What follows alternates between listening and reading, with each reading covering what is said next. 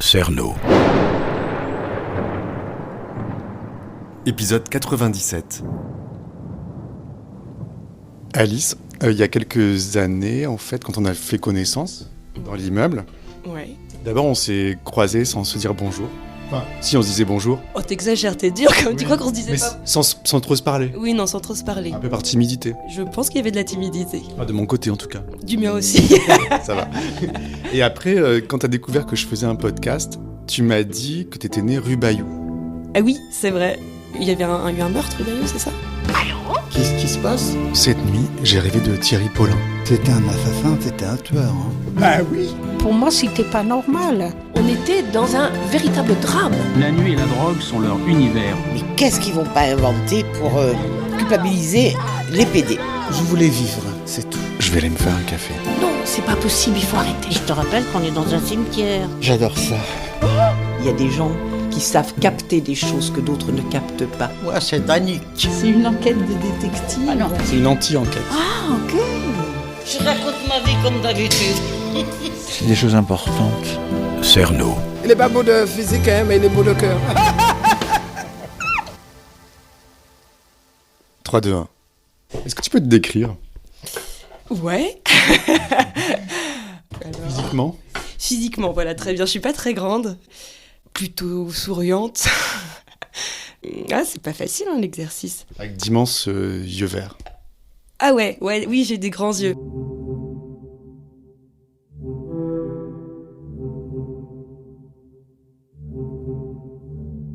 Ouais, je suis née rue Bayou jusqu'à mes 2 ans, on y habitait avec ma famille. À l'époque, j'avais essayé de demander du coup à ma mère si elle avait des souvenirs si elle avait ouï dire d'un meurtre par le passé, parce que je pense qu'ils y étaient à peu près à cette époque. Parce que nous, on était au 13, je me rappelle plus, tu sais où c'était, tu te rappelles à quel numéro dans la rue Bayou, où c'était le meurtre? Oui, le meurtre a eu lieu au 12. Ah oui, c'est ça, ouais, donc c'était vraiment en face, quoi. Vous étiez à quel étage? On était au 7e et dernier étage sans ascenseur. Ma mère avait hérité d'une petite chambre de bonne au décès de son père. Ensuite, mon père l'avait rejoint, je crois, il avait acheté la chambre à côté. Puis un jour, un autre décès dans la famille, comme c'est souvent comme ça. Et ils avaient acheté la 3e petite chambre de bonne, ce qui avait fait un petit appart assez minus, mais je crois quand même assez cosy. Du coup, on a vécu là-dedans à 4 avant qu'on bouge en banlieue. À Bourg-la-Reine, dans le 92, banlieue sud. Donc t'as aucun souvenir, toi, de la rue Bayou? Bah non, mais malheureusement, non. J'ai pas de souvenir de cette rue Bayou. Non, et puis c'est toujours pareil. Alors après, j'ai vu les photos, donc je vois des ambiances, je vois des couleurs, mais ça vient pas de moi. Je pense que ça vient de la mémoire que je me suis fabriquée avec les photos que j'ai pu voir, quoi.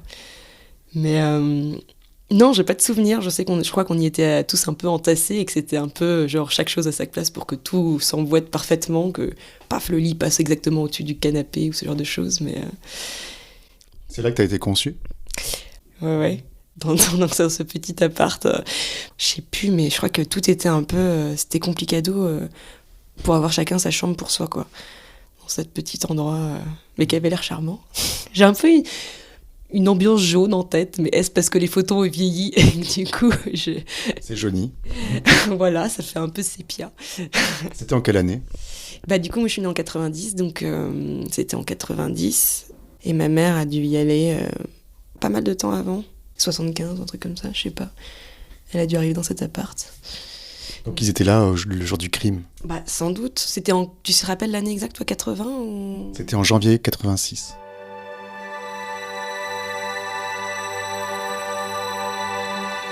Torture, coups de ciseaux, strangulation, étouffement par sac plastique, absorption de liquide vaisselle. Il filait ses victimes jusque chez elles. Qu'est-ce qu'on t'a raconté sur la rue Bayou? Ça avait l'air d'être une petite rue charmante. Alors, j'y suis repassée en fait, à vrai dire, moi-même aussi. Par curiosité? Par curiosité, et puis un peu par hasard aussi. Il y a peut-être 2-3 ans, je suis tombée sur cette rue, je crois, et je me suis dit, ah, mais c'est la rue Bayou en fait. Elle m'a paru plus calme que ce qu'on m'avait pu me raconter. Enfin, comme on me racontait toujours la rue Bayou à côté d'Alésia, j'avais toujours la grosse place d'Alésia en tête avec son énorme rond-point. Mais du coup, quand j'y suis arrivée, je me suis dit, bon, mais dis donc, ça avait l'air charmant et tranquille après ma foi ici. Comment tu te représentes tes parents, leur vie? Ça te fait quoi, en fait, de penser à cette période-là où t'as été conçu. Voilà, tu vois, est-ce que t'étais l'enfant de l'amour? Ouais, j'ai l'impression que c'est un peu ces moments de vie où il n'y a rien qui est simple, mais il y a tout qui est possible. On est jeune, et je pense que la jeunesse, ça permet quand même pas mal de choses. Là, tu parles de tes parents. Ouais. Enfin, ils avaient quand même un petit côté post-68 art, en tout cas mon père, et un peu hippie, on va dire. Je sais que mon père, à ce moment-là, je pense qu'il avait les cheveux très longs, une énorme barbe, une grosse moustache. Ma mère avait les cheveux très longs aussi, avec des sortes de grandes chemises et des grandes jupes un peu à volant. Je sais que ma mère faisait beaucoup de mosaïques. Si, ça, on me l'a raconté, tiens, dans l'appart. Dans la salle de bain, je crois qu'il y avait un plafond étoilé. Je crois qu'elle avait fait, ou un ciel, un truc comme ça. Ils étaient un peu bohèmes. Ouais, mais je sais aussi que ma mère avait toujours rêvé d'une baignoire et que du coup, elle avait dans ce petit appart mis quand même une baignoire, mais qui était une sorte de bac en bois qui se vidait pas complètement. Donc du coup, il fallait qu'elle le vide à la main en allant racler au fond de la baignoire, mais que c'était quand même... le luxe et le confort d'avoir une baignoire, de pouvoir se prendre un petit bain dans un truc, je sais pas combien ça devait faire, 1 mètre carré. Et mon père a toujours été très motard et très mécanicien, donc je crois qu'à cette époque-là, dans cet appart aussi, il y avait pas mal de pièces de moto qui traînaient ou des outils, en tout cas, ce genre de choses. Ouais, j'imagine un truc assez insouciant, dans l'air de cette époque, en tout cas, à la rue Bayou. Mais assez chaleureux quand même. Enfin, c'est peut-être pour ça que j'ai cette lumière jaune en tête, mais j'imagine un truc assez... où on s'y sent bien, un peu comme dans cette cuisine orange, peut-être. On est bien ici. C'est peut-être pour ça que j'ai pas envie de partir, c'est pour l'orange de la cuisine. On a toujours été bien dans cette cuisine. Mais oui, cette cuisine à l'Almodovar, elle a toujours... J'ai toujours dit qu'il fallait faire des grands films là-dedans. Ils s'aimaient, tes parents? Ouais, je pense qu'il y a eu... il y a eu en tout cas une histoire d'amour au début. Ils avaient 10 ans d'écart, donc ma mère était en début d'études d'architecture. Je crois qu'elle est rentrée assez tôt aux Beaux-Arts de Paris. Elle avait 17 ans et mon père en avait donc 27, 10 de plus. Et je sais que mon père était une sorte de gros motard qui faisait un peu... Il y avait toutes les nanas qui étaient autour de lui, tout ça, et qui était un peu impressionnant. Puis ma mère était une petite jeune femme très timide et très réservée. Et après, ouais, ils ont été, j'imagine, amoureux. J'ai l'impression que ça te rend triste, ma question. Peut-être. Hein. Peut-être. En fait, c'est toujours triste de se dire, est-ce que mes parents se sont aimés? Et s'ils se sont pas aimés, est-ce que c'est un truc que tu as envie d'admettre? Est-ce que c'est quelque chose que tu as envie de dire avec des mots? Si, enfin en tout cas, un lien, il y a toujours un lien qui unit les deux personnes. Enfin, et là, je pense qu'il y a eu un lien assez fort qui les a unis à un moment de leur vie, dans tous les cas. Je sais pas si vers la fin, pour le coup, ils étaient toujours autant amoureux. Je pense qu'il y avait toujours un attachement. Est-ce qu'ils ont fini par divorcer? Non, mon père, il est décédé il y a 15 ans, un truc comme ça. Mais c'était un moment où c'était un peu en tension et où du coup, il y avait déjà... des questions, je pense, qui venaient des deux côtés. Mon père était parti, en gros, faire un voyage à Saint-Jacques-de-Compostelle, histoire d'être seul avec lui-même, et pas pour une histoire religieuse, pas pour une histoire spirituelle, et essayer de se retrouver un peu seul avec lui-même. Il venait d'arriver à la retraite, il supportait plus trop l'idée d'être à la maison avec 2 nanas à la maison. Enfin, ça créait pas mal de tensions. Donc du coup, je pense qu'il est parti un peu comme un salut, en se disant « Ok, je sens que c'est en train de vriller dans quelque chose qui nous correspond pas à tous en termes de relations qu'on a les uns envers les autres. Donc, je pense que c'est à moi de partir pour 3 mois. Enfin, il y avait un objectif. Mmh. Donc, je pense qu'il a eu raison de faire ça. Et il a beaucoup préparé ce voyage pendant 1 an. Il a beaucoup fait ce voyage sans le faire, en l'anticipant, en le préparant, Et donc, en fait, il est décédé sur la route au bout du 3e jour, donc assez rapidement au final. Heureusement, il l'a entamé. Mais du coup, ça a été quand même un moment où il a pu, avant, faire ses adieux, parce qu'il savait qu'il partait 3 mois, donc il a pu faire ses adieux à sa famille, à nous, à ses amis. Et comment il est mort? Il a eu une dissection de l'aorte, donc il est tombé sur la route, et des gens l'ont ramassé, il a été à l'hôpital, il a été conscient. Et ils savaient globalement qu'il était en train de mourir, mais les gens étaient plutôt rassurants à ce moment-là. Ils ont dit à ma mère de venir en urgence. Il était à Saintes à cette époque-là, à ce moment-là. Et puis en fait, quand elle est arrivée, il avait juste gardé branché, histoire de faire un semblant de vie. Et il était jeune ? Il était jeune, oui, et 63. Mais je sais que ma mère et mon père, la veille du départ de mon père, ils sont allés se faire un resto tous les deux et qu'ils ont refait un peu un bilan de vie et qu'ils se sont aussi dit qu'ils étaient heureux d'avoir eu de beaux enfants et qu'ils étaient contents d'avoir accompli ça ensemble et que ça a été quand même... du coup, pour eux, Enfin, ils se sont dit ça, et je sais que ça a été... je pense que pour ma mère aussi, ça a été chouette même d'avoir quand même cette conclusion heureuse. T'as des larmes sur tes grands yeux verts. Oui.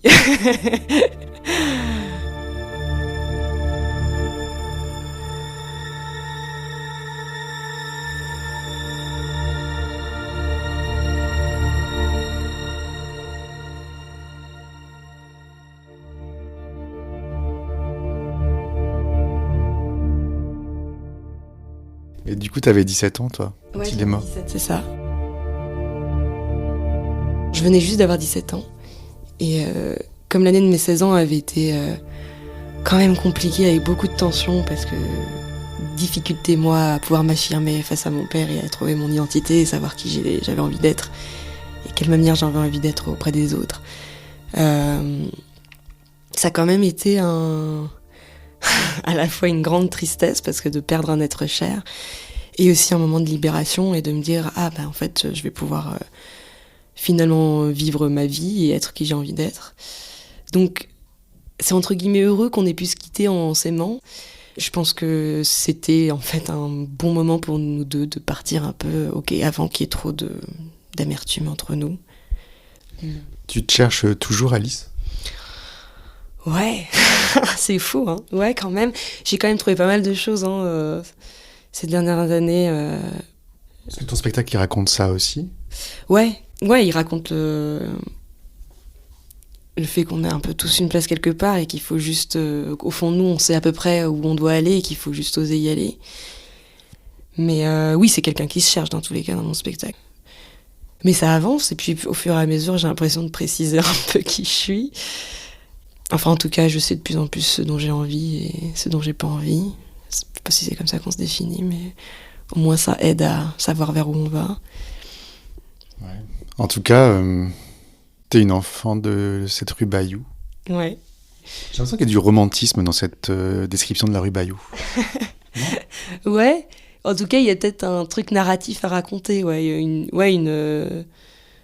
On a envie de l'inscrire dans un contexte, dans une narration. Oui, ça peut être le début d'une histoire.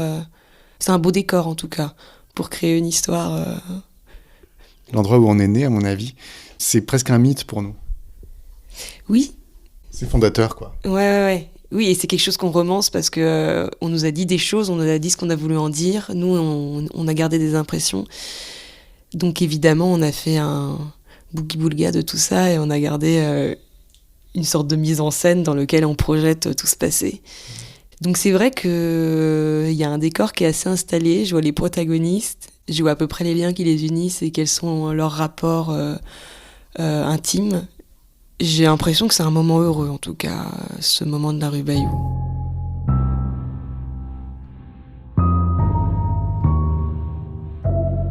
Ta mère s'appelle Martine. Ouais. Comment tu le sais, je te l'ai dit, qu'elle s'appelle Martine ? Non, je vais te montrer un truc. J'ai consulté les annuaires de l'époque. Donc là, on est au numéro 12. C'est l'endroit où la dame a été tuée. La victime s'appelait André Ladan. D'accord. Voilà son numéro de téléphone. Okay. Et juste en dessous, au 13, on voit Lobel Martine. Non, c'est le nom de ta mère. C'est ma maman. Ah ouais, bien joué, c'est marrant qu'elle soit sur la même feuille. Donc en fait, il y a deux choses qui me troublent dans cette histoire. C'est que on voit le nom de la victime et ton nom juste à côté. Et dans ce même appartement, en fait, il y a quelque part, tu vis 3 étages au-dessus de là où vivait un des protagonistes de l'affaire. Ouais, Donc t'étais indirectement relié à cette affaire. C'est vrai que c'est marrant. Non, mais c'est vrai qu'on a l'impression de cohabiter avec l'affaire de génération en génération. On se passe le flambeau. Sans s'en douter, parce que personne n'a rien vu, personne ne savait rien. Si je t'avais pas parlé de ça, tu n'aurais jamais su. Bah ouais, c'est pour ça qu'il faut créer plus de liens entre les gens au sein de ces immeubles. Essayer de se parler les uns les autres.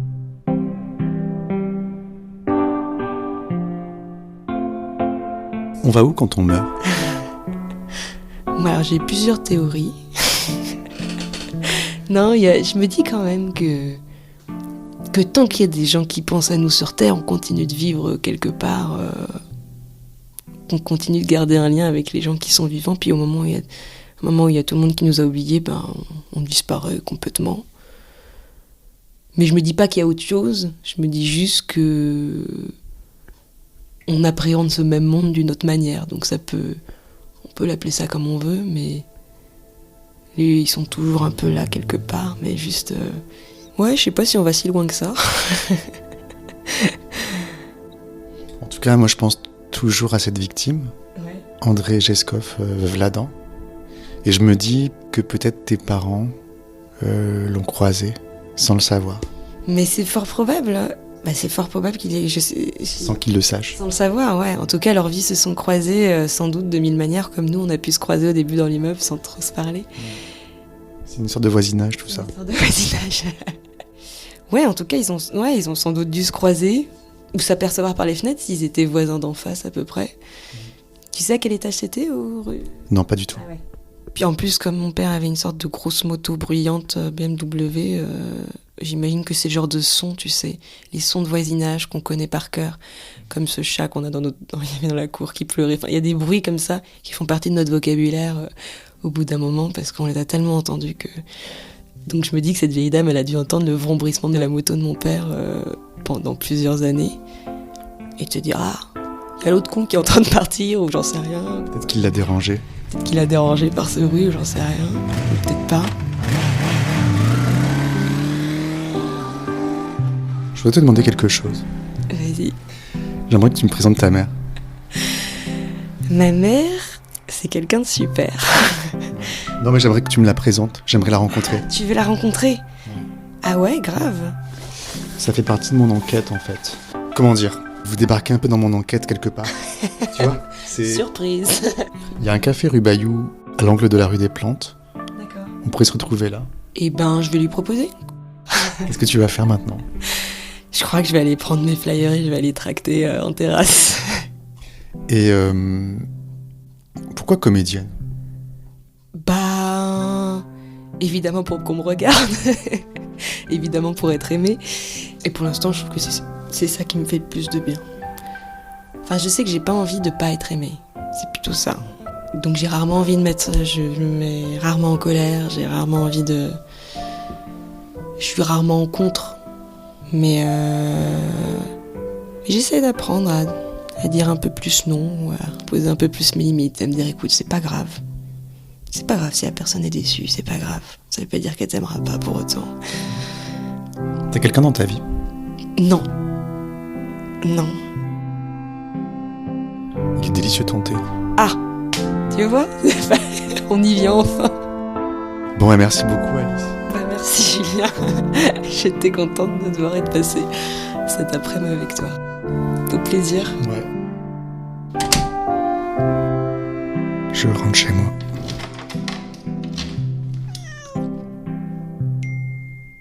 Alors, je viens de recevoir un message de Julia. Julia, c'est une auditrice que les contributeurs au Patreon connaissent bien parce qu'elle m'aide à enquêter, souvent aux côtés de Lisa Doll. Et alors, je vous avais parlé dans un épisode précédent du docteur Micheline Vinvignol qui avait constaté le décès d'André Jeskov, rue Bayou. Je lui avais écrit une lettre afin de la rencontrer et j'ai pas eu de réponse. Alors Julia m'a proposé de l'appeler. J'écoute son message. Coucou Julien, alors tu m'avais dit avoir envoyé une lettre au docteur Micheline Vinvignol à Randan et tu m'avais donné son numéro de téléphone fixe. Donc après mon déjeuner, j'ai appelé. Je lui ai dit le but de mon appel et s'est énervée direct. Elle m'a dit, je cite, « J'ai bien reçu la lettre. Si je n'y ai pas répondu, c'est qu'il y a une raison. Je vois très bien de quoi il s'agit. Je suis liée au secret professionnel. Ça me l'a répété plusieurs fois, le secret professionnel. Bref, j'ai pas pu placer un mot quasiment et elle a raccroché au nez. Donc réaction très très très violente et étrange aussi, je trouve. Tu vois, on voulait pas connaître les détails du corps de la victime, ni même l'état de santé. Elle aurait pu juste par mémoire de son ancienne patiente nous parler d'elle, nous la décrire. C'est ce que tu cherches. Mais non, elle voulait plus du tout avoir affaire à cette histoire. Mais tu vois, pour moi, on a mis le doigt sur un point délicat. Parce que malgré tout, je trouve sa réaction intéressante. D'après moi, encore une fois, elle est gênée par quelque chose. Par quelque chose, mais quoi? Et pourquoi cette violence? Pour moi, c'est la répercussion directe de la violence du crime. La violence génère de la violence. Et si on n'essaie pas de la désamorcer, elle continuera de se propager pendant des années, voire des décennies. Et j'imagine que le docteur Vinvignol, à l'époque, a dû agir avec professionnalisme. Elle a constaté le décès de sa patiente, André Geskov, pendant de nombreuses minutes ou quelques heures. Elle s'est trouvée sur la scène du crime, une scène violente. Peut-être que la violence qu'elle a éprouvée à ce moment-là, elle l'a mise sous le tapis pendant les 30 dernières années. Et cette violence a probablement été réveillée par l'appel de Julia. La pauvre, elle s'en est pris plein la figure. Alors qu'elle n'y est bien sûr pour rien.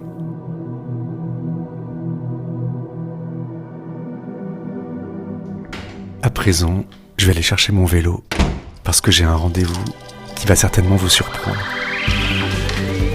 La nuit et la drogue sont leur univers, une vie dissolue pour oublier leur propre solitude et leur propre dérive. 3, 2, 1. C'est la fin de l'après-midi. Je suis de retour chez Lisa Doll, qui a finalement accepté de me raconter son secret. Hello. Salut, c'est Julien.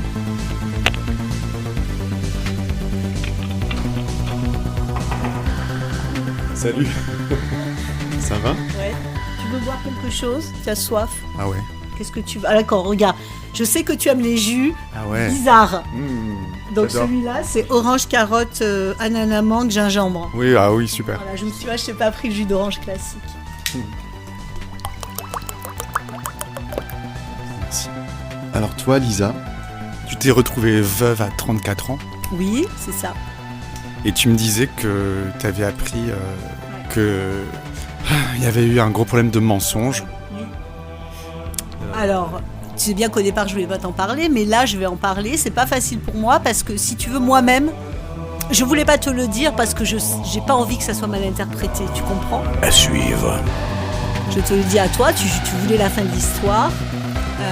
Je te la raconte. Alors, c'était l'interview de monsieur Moi, Julien. Julien. Merci d'avoir écouté cet épisode et rendez-vous dans 15 jours pour la suite de nos aventures. Bisous, hein. Coquin.